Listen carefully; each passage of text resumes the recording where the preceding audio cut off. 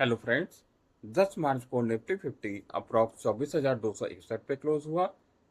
Trend rebound after sale of. Crude oil fall और global relief cues की वजह से मार्केट ने स्ट्रॉन्ग रिकवरी दी।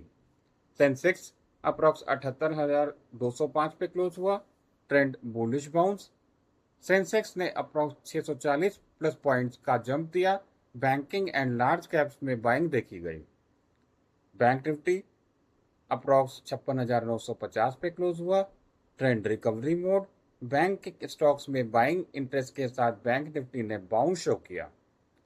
ग्लोबल इंडिसेस ब्रॉडली पॉजिटिव थे। मार्केट्स में स्ट्रेंथ दिखी। क्रूड ऑयल प्राइसेस कंटिन्यूसली गिरने से इन्फ्लेशन कंसर्न थोड़े कम हुए। US Iran geopolitical tension relief से रिस्क असेट्स में डिमांड बनी। इंडिया विक्स डिक्लाइन हुआ। Volatility cool down signal. Asian markets overall positive momentum में ट्रेड कर रहे थे। तो ये रहे फ्रेंड्स 11 मार्च के लिए levels.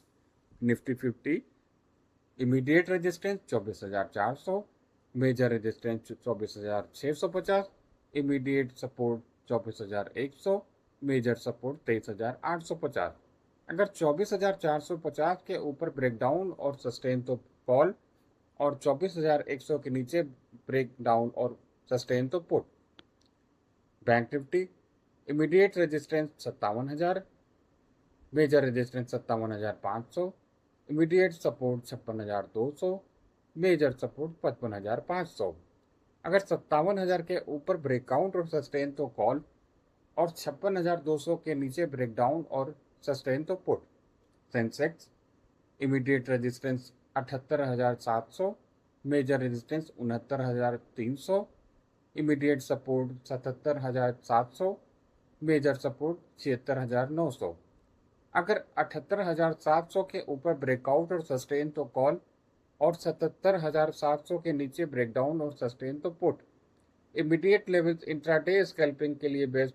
Major levels positional trades के लिए प्राइस एक्शन कंफर्मेशन जरूरी। Stop loss compulsory. Yours Abhishek Saran. Thanks.